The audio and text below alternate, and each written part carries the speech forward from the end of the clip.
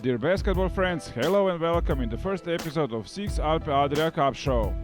In the next 30 minutes you will get to know the new-founded league a lot better, we talk with the most patriotic coach in the league, and we will remember the times when NBA star Nemanja Bjelica was starting his career in Austria.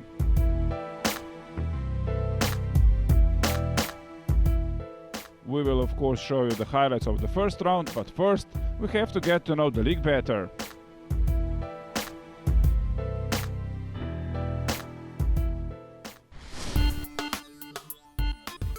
The idea for the Sixt Alpe Adria Cup began in Domžale. As the new season approached, it looked like Helios Suns would only play games in the Slovene National Championship. So, the idea for the new league was born. Razmišljali smo, kaj lahko ponudimo ekipam, ki so dovolj kvalitetne v prostoru, kjer ni nekega pametnega tekmovanja evropskega. In smo prišli do ideje, da povabimo klube iz okolice v nekem radiusu. Jasno, da tudi za klube niso preveliki tekmovalni stroški, ker vemo, da je vsak evro v klubu pomemben. They sent the invites to clubs they knew would be competitive, close to one another, and with not too many games on their schedule.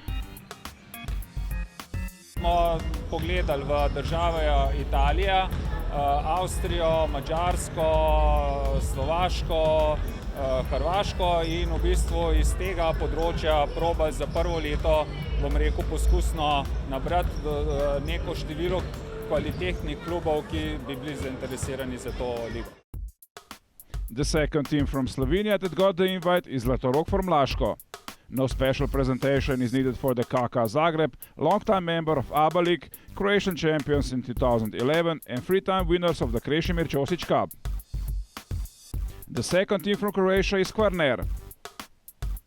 Klosterneuburg Drugs und Traiskirchen Lions represent Austria. Lions won the Austrian National Championship 3 times, but they are more known as a club in which current NBA player Nemanja Bjelica jump-started his career. Dukes are even more successful. They won the national title of Austria 10 times. In 2012, they became only the second team from the country who won all 3 domestic competitions. The last 2 teams in the league are from Slovakia. Prievidza won 5 national championships, the last one in 2012. The last team in the league are Levički Patrioti, who are trying to become one of the best Slovakian teams again. As we all know, no league can function without a sponsor. Prvič zahvala sponzorju, Sixt Alpe Adria liga. Sixt je sponzor, ki pokriva tudi to področje, kjer ekipe tekmujejo v tem prostoru, tako da je izkazal interes, da v bistvu se preko te lige tudi medijsko pojavi. The feedback after the first round of competition is a raving success. Moram priznati, da so te klubi, ki nastopajo, so zadovoljni z tekmovanjem. Jasno, prvo leto je najtežje leto. Probamo narediti to ligo dejansko atraktivno, da tudi medijsko pokrijemo, da bi bil interes čim večji. In jasno, po zaključku letošnje sezone, po Final Fouru, ki ga bomo organizirali v Domžalah v začetku marca, bomo potegnili črto pod prvo sezono in se odločili naprej, kako za naslednjo. The teams are split into 2 groups. They play a round-robin system until the middle of February when the playoffs start. After the quarterfinals, the Final Four tournament is scheduled to be played in Domžale.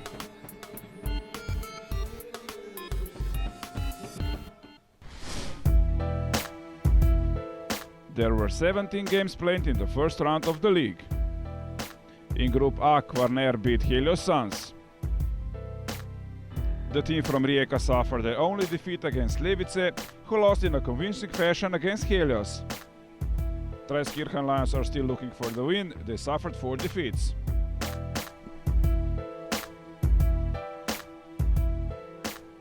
Kvarner is in the first place in the group with 3 wins and 1 defeat. Patrioti are in second place, Helios is third, The last place is occupied by the Lions.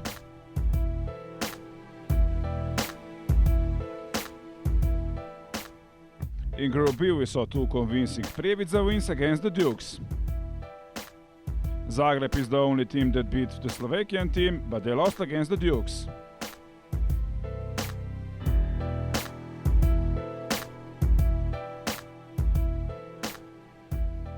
Prievidza is in the first place, Zagreb is second, Dukes are third, Zlatorog Laško is in the last place. It's now the time for the highlights of the best games of round 1.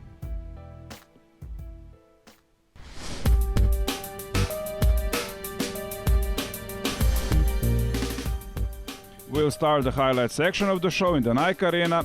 Prievidza hosted Zlatorog Laško. The first half of the game was a back and forth affair. Laško went into the first break with a 4-point lead. Zlatorog played better, they were ahead 22-17, but Prievidza came back and in the 16th minute the hosts took the lead. The score at the half was 31-29 for the home team. Jaitorna Viza was on fire, he had 12 assists and he was the main reason that the lead for the Slovakian team grew.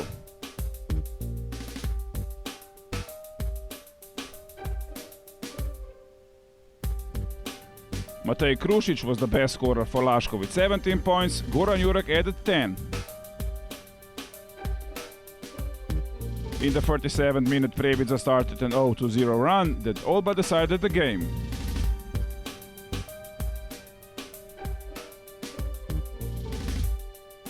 The best scorer of the game was Igor Martic, his three-pointers percentage was 83, Jaitorna Viza finished with the highest index 27.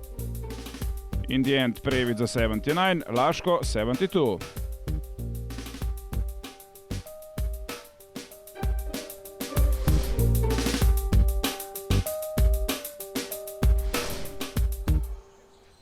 Klosterbourg hosted Zagreb in the third round. Both teams gave the opportunity to their younger players. The game was close throughout the first quarter. Dukes went ahead, but Zagreb tied the game.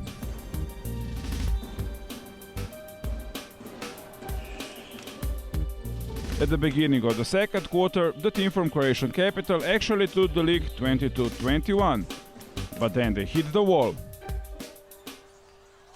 Klosterbourg went on 11-0 run. Their lead grew to plus 16. Zagreb played in waves. They tied the game in the 25th minute. It was 51-all.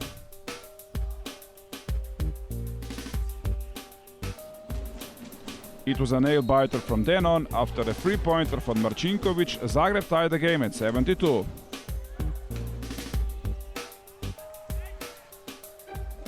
They took the lead after the next successful attack, but lost their focus, and Klosterbourg finished the game strong.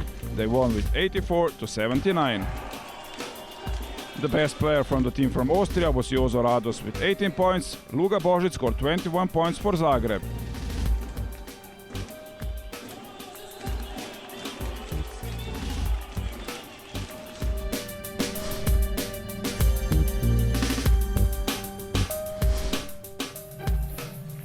We now move on to Sportnova hala in Levice. Patrioti hosted Kvarner.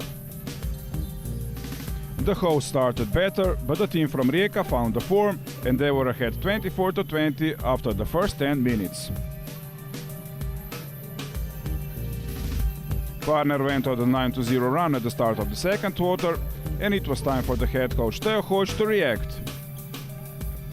His team responded great. Patrioti went on their run. After 16 straight points, they only trailed by 1.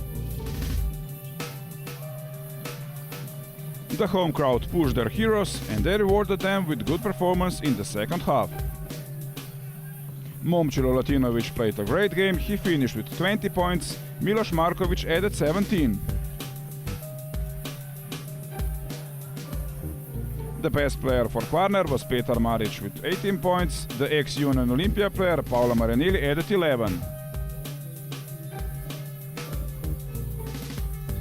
Patrioti were ahead for as much as 26 points. The end result was 86-64 for the team led by the head coach Teo Hoč.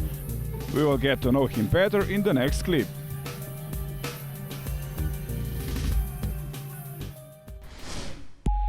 After a few months abroad, Teo Hoč returned to Slovenia for one day. He was the head coach of Gross Basket last season, but he decided it's time to move, so he chose Slovakia. To je naša služba. Greš tam, kamor misliš, da je boljše za tebe.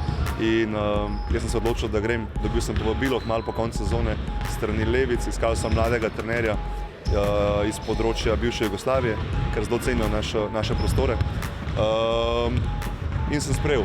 Šel sem malo v neznano, ampak zdaj, ta hip, se dobro počutim tam in mi ni žal niti malo.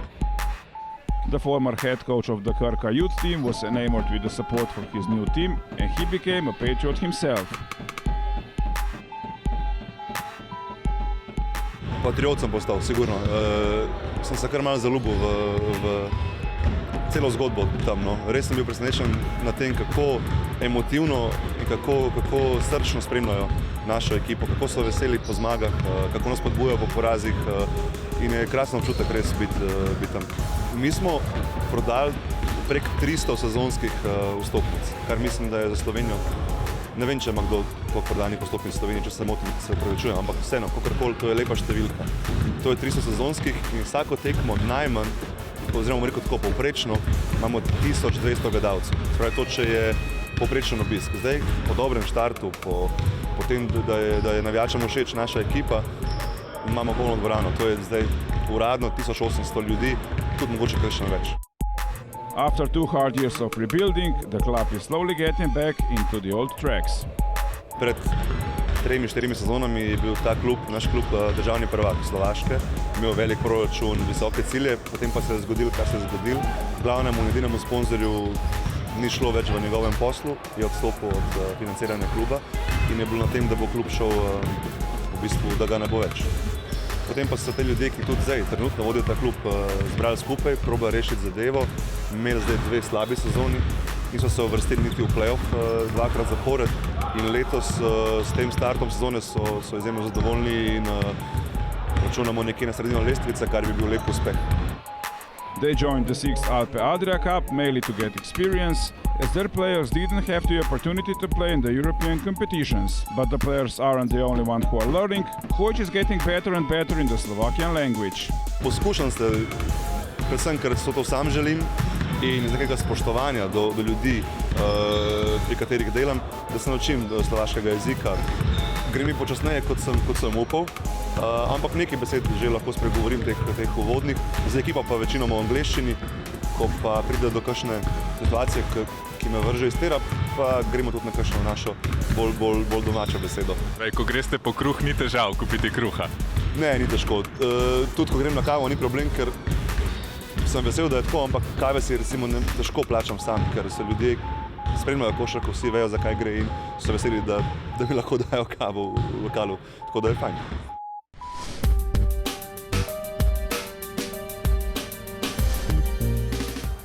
We are back on the basketball court. It's time to look at the game between Prievidza and Klosternborg. The home team came into the game with a win against Zlatorog and a loss against Zagreb, but they were playing without 4 very important players.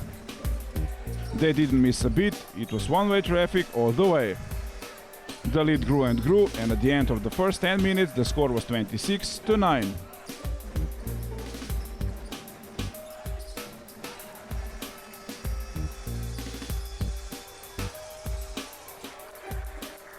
It was also a great game for the home team reserves, who scored 61 points at the end.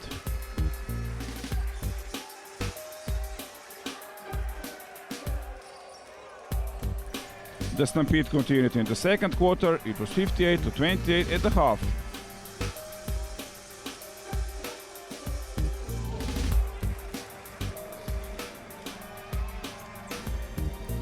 Both coaches gave the opportunity to the younger players in the second half, but the story was pretty much the same. Mike Rostampur finished the game, which ended with 104-62 with 22 points and 9 rebounds.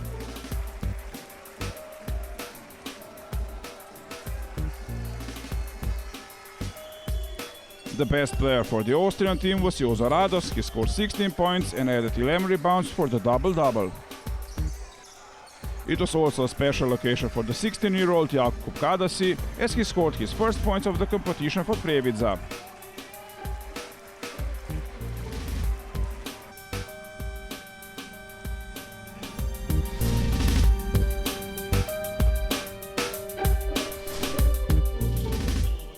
13 days after their record-setting win against Klosterneuburg, it was time for Previtza to visit a team from Austria. The home team fought better this time. Previtza was only ahead by 6 at the end of the first quarter.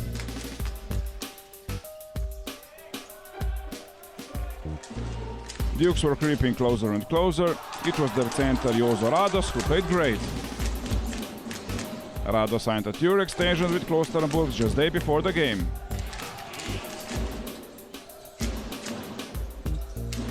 Dukes were only behind 2 points at the break, but then the power went out and Previtza took control of the game.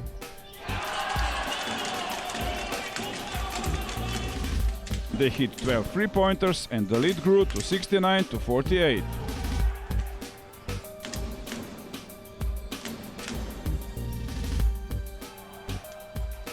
Jay Ornaviza was on fire once again. He finished the game with 27 points. The last 10 minutes totally belonged to the guests, who won in the convincing fashion. The score was 102-62.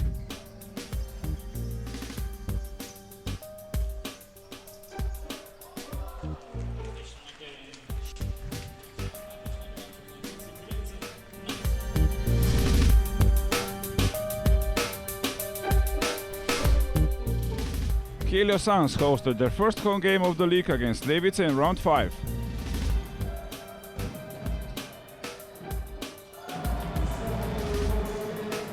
It was an important game for the home team. The win was a priority after the loss in the first game.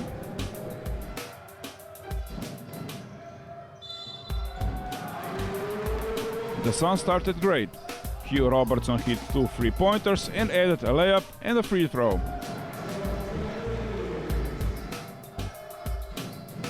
Jan Močnik played a great game as he didn't miss a throw and finished with 19 points. The second quarter was even better for Helios. The lead grew and grew, and it was plus 21 already at the half.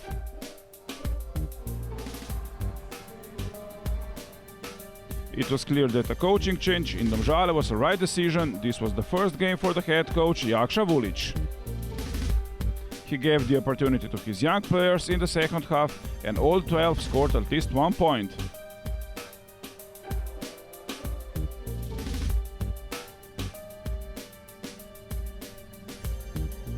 The lead grew to as much as 40 points.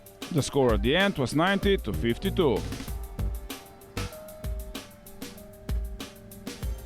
A week after the big win, Helios hosted Traiskirchen, the team where NBA star Nemanja Bjelica began his great career.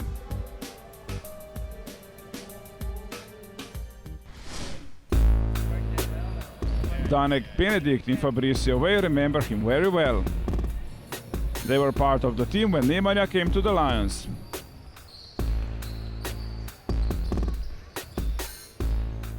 I remember him very well. He was a very talented player. He was very skinny. He was not so athletic like we know him now in NBA and EuroLeague, but you could see big potential.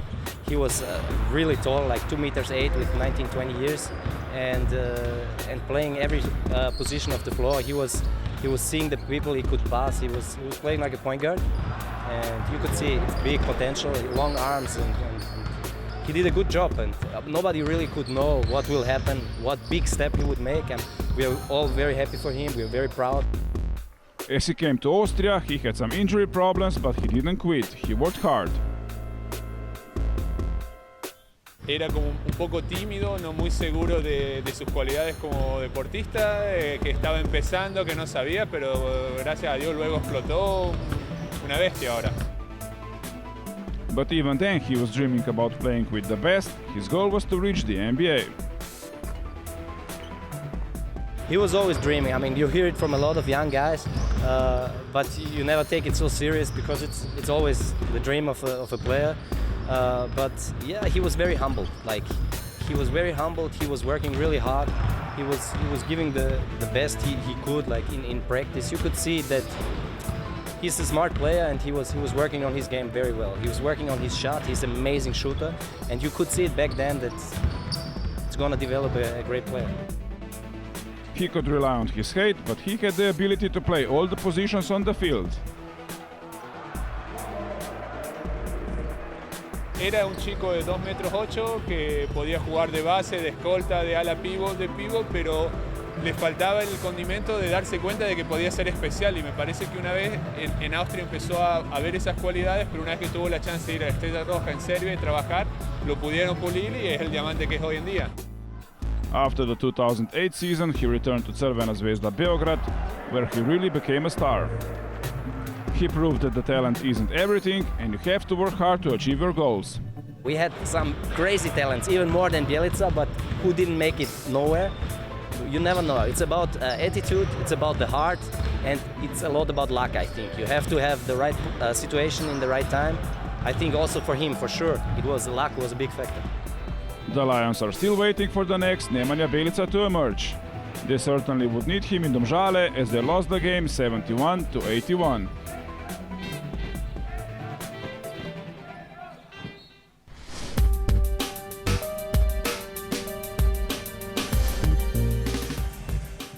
After a tough loss in Domžale, Patrioti were determined to play a better game in front of their home crowd in Hala Športova.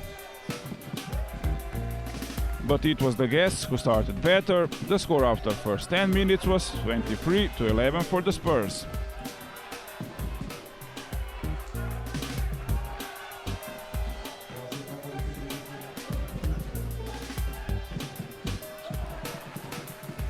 Patrioti began to play better in the second quarter. All of their players gave their best and they closed the gap.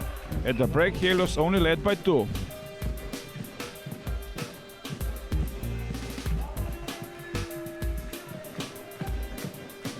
It was a back and forth affair in the third. The teams traded punches, and we had to wait until the last 10 minutes for the game to be decided.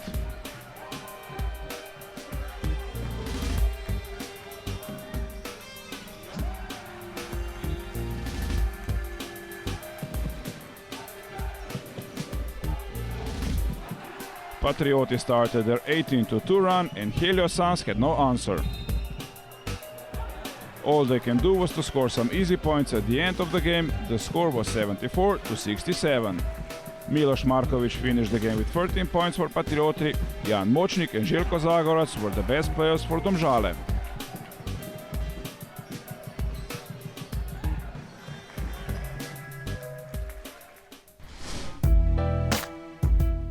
These were the highlights. Let's look at the schedule. In Group A, there are 3 games left. Helios will host Kvarner and travel to Traiskirchen. Lions then travel to Slovakia to meet the Patriots.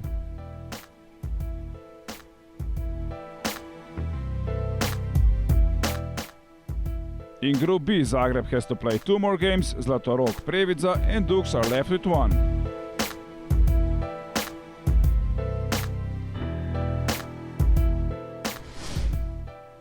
This is all for today. We will finish the show with the best actions of the round. Enjoy, we will see you at the Final Four in Domžale.